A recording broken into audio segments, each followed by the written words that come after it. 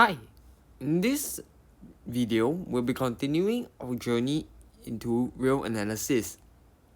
In the previous video, I've introduced the concepts of least upper bound, what's a field, and what's an ordered set to describe the real numbers as a complete ordered set, meaning a complete ordered field, meaning it is an ordered field that has the least upper bound property.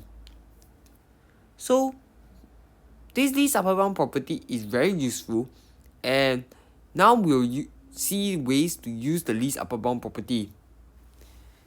So for the least upper bound property, we first like to show that there are different type of equivalents within the statements. So we say that it is a least upper bound if any other upper bound is greater than it. But we want to also say that if z is less than u, then z cannot be an upper bound. And that's equivalent to saying that there exists a number in the set S such that S is greater than Z. And we can formally equate that to, for any given epsilon, there will exist some guy such that U minus epsilon is less than S in an element in the set. So U is the least upper bound. So you minus something lesser, it becomes Z. So these three are very easy to see the equivalents. Or actually these four are all very easily see the equivalents. And I'll leave it to you to prove the statements, which you can see the proof in the textbook in Schaubert and Bartley. So the next thing we want to take note is that the supremum is U is a supremum if and only if U satisfies the following conditions. So every element is less than U, so this is the upper bound condition. And if you are less than U, then there will exist some guy bigger than U in the set. And that's using the equivalence over here. So when you're doing future videos, when we are going through in the future videos about limits, we'll use this least upper bound property. And so we want to prove further statements to help us understand this least upper bound property. And one of the more important ones is that if U is the supremum, if and only if for every epsilon there exists some guy bigger than U if U bigger than U minus epsilon. So let's just see the proof, which is fairly simple. So if V is less than U, then we have epsilon as U minus V. And so epsilon is greater than 0, and there exists some guy in the set such that V which equals to U minus epsilon is larger than SE. Therefore, V is not an upper bound of S, and we can conclude that S is the supremum. And conversely, if S is the supremum, then U minus epsilon is less than U, and so U minus epsilon is not upper bound, which means there exists someone greater than U minus epsilon. So we're done. So you can see it lies all in the definition, and working it out is quite fairly simple. So you just need to practice more, and then you'll familiarize yourself with this least upper bound property. So a good way to remember is that you first need to check there is the least upper bound, and then you need to check there is the least. That you need to check first there is the upper bound, and then you need to check there is the least of them. So we shall take a look at some questions to help us calculate the least upper bound. So let's just say we have a set S and a number A.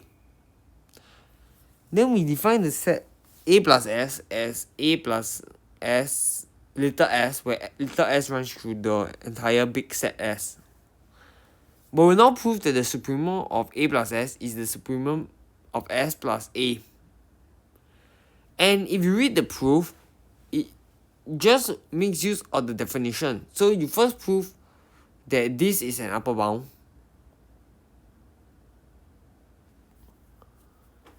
And after you prove that it's an upper bound, you take any other upper bound in A plus S. it has to be greater than a plus x for all x in S. And so x is less than or equals to v minus a for all x in S. And so v minus a is an upper bound. Therefore, the supremum must be less than or equals to v minus a, which gives us that a plus u is less than or equals to v. And since v is any upper bound of a plus s, we can replace v with the supremum of a plus s, and so a plus u is less than or equals to the supremum of a plus s. And then with these two inequalities, we get that the supremum of a plus s equals to a plus the supremum of s. And one can also show that the supremum of a will be always less than or equals to the supremum of b, where all elements in A is less than all elements in B. And you can read the proof here to understand why, but it should be quite intuitive. And the next thing we want to talk about when we talk about the real numbers is the Archimedean property. And actually, the Archimedean property doesn't just deal with just the real numbers. It can be done on a general ordered set. And so we have two elements in a general order set. The Archimedean property of that set states that there will exist a natural number such that n copies of A added together will be greater than B for any elements in the ordered set. And this really just is saying that the natural numbers is unbounded.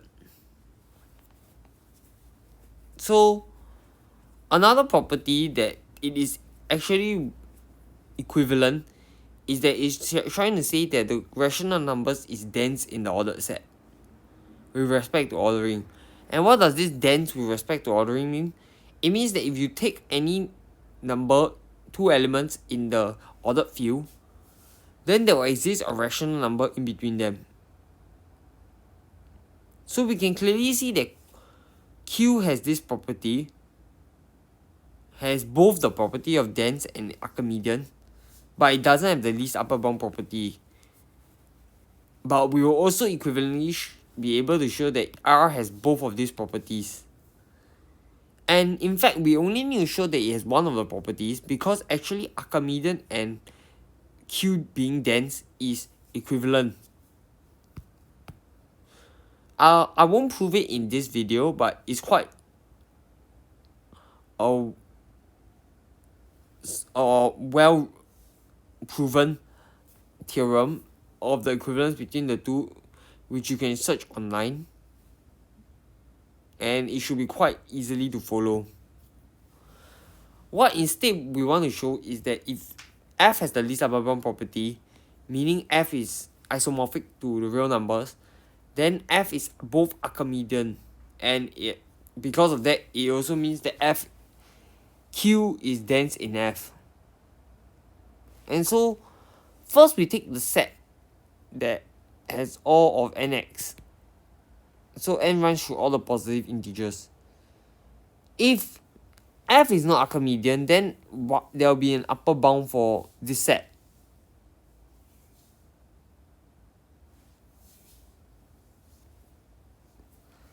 But then, because A has the least upper bound property in R, there will exist a supremum. So it means that alpha minus x is less than alpha. And so alpha minus x being not an upper bound will mean that it will exist some guy in the set greater than u. So it's the form a plus m plus x. And this means that alpha is less than some guy looking like the form m plus 1 times x. But this is an element of A, and so this is a contradiction, which proves that f is Archimedean. And so this shows that the real numbers is Archimedean, and because of that, there will always exist a rational number in between any two real numbers. And so this means that we can actually identify Q as a subset of R, and so Q is a subfield of R. So I hope this is clear, and we'll really be using this Archimedean property to help us prove other theorems in real analysis. And so in this video, let's recall that we have went through the least upper bound property and its equivalent characterizations, and now we are going through what is an Archimedean property of a field with Q being dense in the field. So I hope you have enjoyed this video, and I'll catch you in the next one. Bye!